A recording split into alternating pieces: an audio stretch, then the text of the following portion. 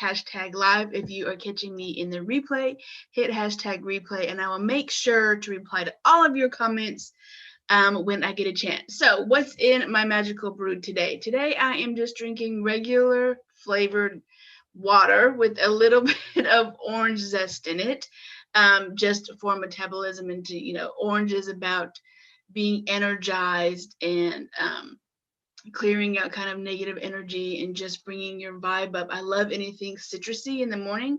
That's why I like lemons and oranges in my water to flavor that. So that is what I'm working with today. Nothing fancy today. I just wanted to come on and just, show you about what I use to plan my magical year for this upcoming year. That's 2021. Can you believe it? 2021. So if I'm looking to the side, it's because my notes are on the side. I just don't want to get off track. So let's go ahead and get started. So in the comments, though, type in, have you planned your magical year? Or how do you plan your magical year? So type in the comments how you actually plan your magical year, or if you even plan a magical year. Some people just don't. I am a calendar planner junkie. I have all kinds of planners. We're going to talk about what kind of planners I recommend, from the Muggle planners to the magical planners. So type in the comment what your favorite planner is to use for your planning, or also if you actually do plan your magical year. So let's go ahead and get started on my 7 ways to plan your magical year. The first one, what I do is I purchased my magical calendars, and usually I do this about 2 or 3 months out when they become available, so that way I'm not scrambling on when to get those here. So when they start releasing those, I look to see when they're available and I start purchasing them. So that way I have all of my supplies at one time. So I set a specific time out of my monthly calendar, my month usually in December, to plan this. I usually do it Christmas Eve if it's feasible. I don't have a specific day that you need to do this, but I usually kind of do it on the 31st or around the new moon, whichever one is more feasible to you and where you can do it. So I get all of my magical planners together, and I also look for magical planners that are new.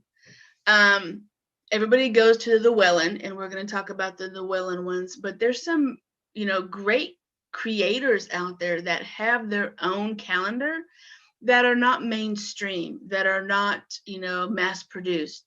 And we'll talk about which ones I like, and we'll talk about where to get those. So let's talk about first, which ones do I usually buy that are in my, arsenal. So type in the comments your favorite planner and what you use. I don't have one particular planner that I am very fond of. I have several that I always get, and I combine all the magic that's in both of those calendars, all of those calendars. So the first one that I like is the Llewellyn Witch's Companion. That has everything in it, and I use that with the combination of the Llewellyn Magical Almanac and then the Llewellyn Moon Sign book. If you're into moon phases, if you're into astrology, that moon sign book is amazing. Now, I live my life by the cycle of the moon, and we're going to talk about this too, and how to incorporate that into planning your magical year. But I don't know a whole lot about astrology. I know the basics. Is very, very intense and can be complicated. So I just want the basics of the astrology. But with the Llewellyn's moon sign, there's it gives you pretty good astrology also, and most of these do. And another one is an astrology book that if you really want to dive deep into astrology and work with the astrology signs and the planets, that's another one to get. But those are, I usually get all of these except for the last one. I get the last one every other year sometimes, or I'll switch it out. The next one that I always get is the Farmer's Almanac. You can get those at any grocery store in the magazine aisle or in the checkout aisle. I like to work with the phases of the moon there. And I also like to work with, they have all kinds of kind of folk magic and folklore, like when to plant your crops, when to cut your hair, when to wean the cows, that kind of crazy stuff, you know. But I love the folk magic that goes with that. The wee moon calendar it's not really well known. Let me shut my blind a little bit. The sun's coming in. It's sorry y'all. This happens when you're live, right? It's more of an independent calendar, but I love it because it has independent artists doing their graphics, and also they have wonderful poems and wonderful writings and articles that you really don't find anywhere else, because it's very independent and a lot of artists in there that you really don't hear about. So I love that wee moon calendar. And the next one is for the tarot junkies. Now, I would add a tarot journal or a tarot daily draw or something with your calendar, or a monthly tarot reading, a tarot spread that goes along in your calendar. So, and it corresponds with what's going on that month. It could correspond with what Sabbath, what moon phase you want to concentrate, what workings you want to concentrate on for that month. So to recap, get Llewellyn, Witch's Companion, Llewellyn's Magickal Almanac, Llewellyn's Witch's Datebook, Farmer's Almanac, Wee Moon Calendar, and Tarot Journal. Now, you don't need all of these. I am a magical life coach, so I have to get the majority of these. I get because I need them for the academy. I need them for my clients. I need them for teachings. But by all means, do not feel that you have to get all of these. Now, most of these you can find online, or if you want to even not really promote, I wouldn't say the word promote, support. If you want to support more Etsy shops or more individual people who are not mass produced, Etsy is a wonderful place to go search for unique kind of almanacs and date books, calendars. Now, for the Muggle people, that I really like is the Happy Planner.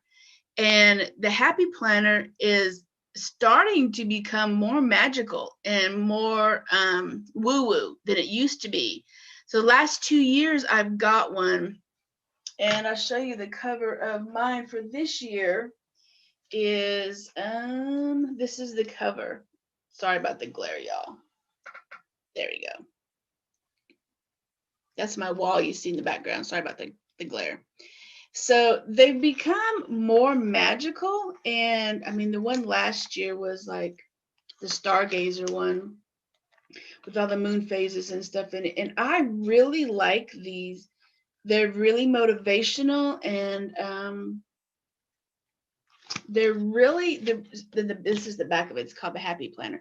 This is really good for Muggles. If you're not really sure that you want to bust out your witch's datebook, but in front of everybody, but you want to bring in some magic into your planning, that is a really good one, is the Happy Planner. They got some really cool magical ones, and crystals and journaling and empowerment ones. And they have Facebook groups. You can go crazy with planning. They have YouTube videos on planning stuff. So you can really, really get lost really in planning. So, which is what I do. So number 2, you want to grab your favorite pins, stickers, incense, crystals, music, etc. before you plan your day out. You set aside a day, okay, that you're going to plan. And if you want to get your moon stickers, your Sabbath stickers, any holidays stickers, any appointment stickers, anything you want to manifest and put on to create your own individual styled date book, then you want to get that. You're setting the mood, you're setting the intentions, you're setting sacred space while you plan your magical year. Meditate once you get everything done, right? Set your sacred space, close the door, tell everybody you are planning, start your meditation music, and I want you to really meditate and find your power word or phrase for the year. So that way you set your intentions off on the new year on which you want to manifest. So you want to find your year, your word for the upcoming year. Okay. Number 4, go through each almanac and highlight, mark, whatever you want to do, your Sabbats, the moon phases you want to work with, and any magical dates that you are really drawn to that you need to work around, that you need to schedule around. Say, you have a specific birthday and it coincides with a Sabbat or something. You want to rearrange some stuff around so you can work on that ritual. Number 5, decide what spells, rituals, or any magical workings that you want to concentrate on for those magical dates. For example, maybe you have Ostara coming up. What workings do you want to work around Ostara? Maybe you have a full moon in Pisces energy that you want to work around. What workings do you need to prepare for that? So you want to mark those calendar dates and be specific about what you're going to do to plan to bring in those energies into your magical planning and into that month. Number 6, and this is going to go with your tarot lovers out there, which I am a tarot junkie also. Grab your tarot deck. Now, this is the whole thing about planning. It's a sacred space, and I'm doing this in the academy so that my academy people get this for free, and we'll actually do rituals and stuff in there, and we're going to plan this out together. So, grab your tarot deck, number 6. And pull the card of the year. And you're going to figure out what energy comes up for that entire year. And sometimes you're going to get a Tower card and you're going to be, oh shit, I got a Tower card. Sometimes you'll get the Lover's card. Sometimes you'll get the Hermit card. So that just sets the energy of what you need to concentrate for that year. And number 7, journal what energy you want to release from the previous year and what you want to manifest this year or the upcoming year. For example, do you want to dive into certain practice?